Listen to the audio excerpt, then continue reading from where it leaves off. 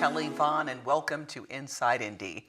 And today we're going to talk to a local author, and she has a new book out, and she's 16 years old, so this is going to be pretty interesting. I'm dying to talk to her about her new book, which is entitled Indescribable Faith by Jenna Wright. And Jenna Wright is our guest here in the studio. Hi, Jenna. Hi. How are you? I'm doing good.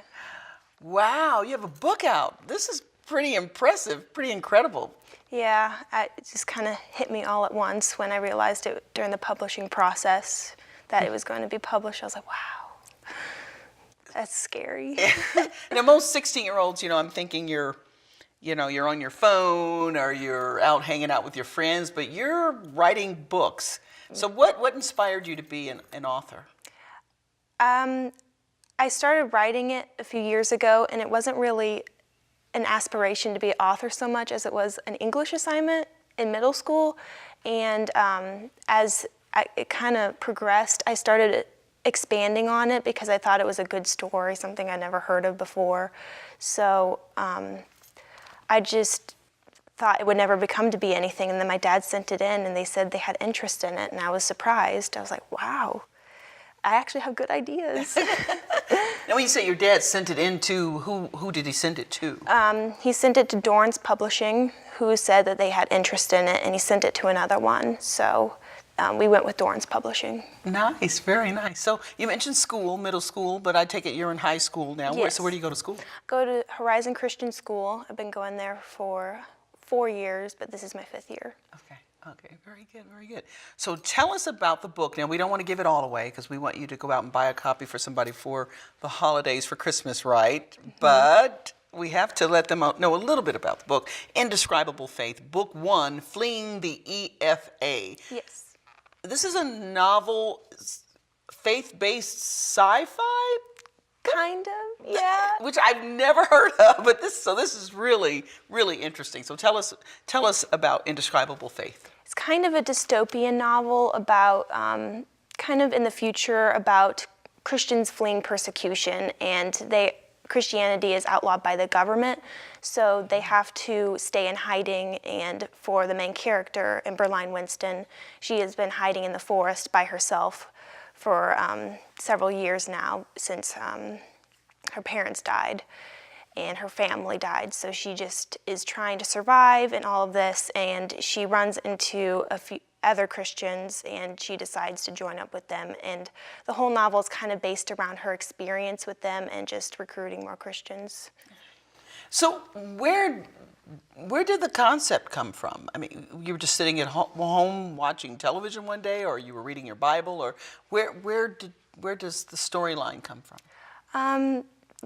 The concept kind of came from I wanted to write something that was kind of like an action adventure, and I was like, well, somebody, it needs to be kind of action adventure in my mind, but I wanted it to be faith-based also, and I was just then starting to get into dystopian novels like Hunger Games and other things like that. So I was just trying to incorporate all of that, and I wanted it to be different, so that's how I got that concept.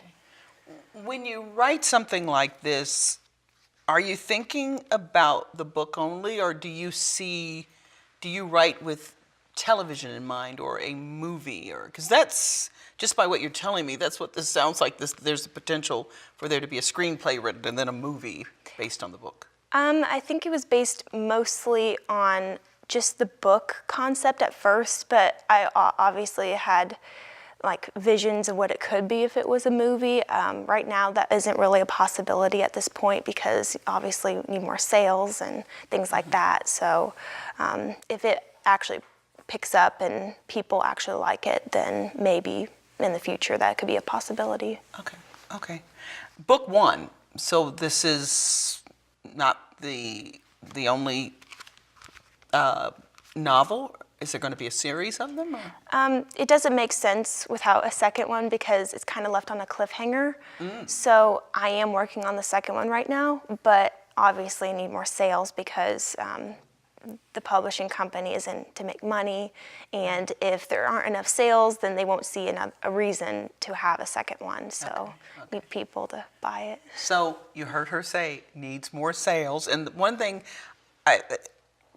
phenomenal book, but to support our young people. Okay, so again, Indescribable Faith, book 1, Fleeing the EFA. Okay, so where can people buy the book? We're going to talk more about it, but I want to get that out there while they're sitting there with their pens or their iPhones, or they can just go online and order it right now while we're talking. Go ahead. Yeah, you can find it at barnesandnoble.com or amazon.com. I've actually seen it on Walmart's website, just anywhere. You just type it into the search engine, and then they'll have places where you can buy it, but Amazon and Barnes & Noble are the top ones. Okay. The EFA, explain again what the EFA is in the book. The EFA is kind of like a government organization. It's called the Eternal Flame Agency, which is kind of like a play on words as far as, because they don't like Christians, so it's almost like they're not doing their work for God. But to them, it's to make sure that the eternal flame of the government and all that they stand for and this kind of like this empire that they've built won't ever die out almost. Okay. So it's kind of symbolic in both ways. Okay. Wow, interesting. You have quite an imagination. Yeah, I've always liked books, and I'm a reader, so I love to read different books and things like that. So I get a lot of inspiration. Okay, so who do you like most as far as authors out there? You say you read lots of books. I like Suzanne Collins because she wrote The Hunger Games. I like J.K. Rowling because of Harry Potter. I like Aaron Hunter, which is like the combination of authors that wrote the Warrior series and things like that, to just writing styles and plot, just things like that. But overall, I like dystopian writers in general. Okay, but it sounds like you've taken what they've developed, but you're putting more of a Christian slant on it. Yes. Because some people are critical of the whole Harry Potter thing, like, oh, witches and things like that. But then you take kind of their style and what they do and give something that Christians could absolutely appreciate and adore. It sounds like. Yeah, I just want that message of Christianity to be more prevalent in that style of writing, because you don't see it, and in most dystopian societies, there isn't any religion.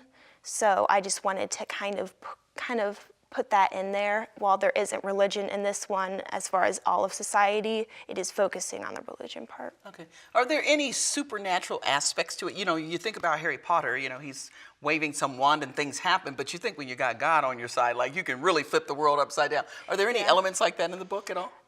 Not necessarily. It's more of just prayer and just focusing on what the overall mission for life is, and just helping people to come to Christ, which is really difficult in a society where it's banned.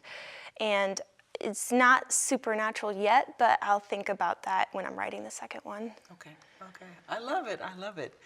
Indescribable Faith, Book 1, Fleeing the EFA by Jenna Wright. Wow, this is pretty cool. So again, tell people where they can buy your book. We're trying to get it out there and get it sold. Yeah, you can find it at barnesandnoble.com or amazon.com, or even on Walmart's website. So just anywhere where you can find it online, probably, basically. Okay. Very good. Jenna Wright, thanks so much for joining us. Thank you. On Inside Indy. And we'll be back with more here on Inside Indy after this.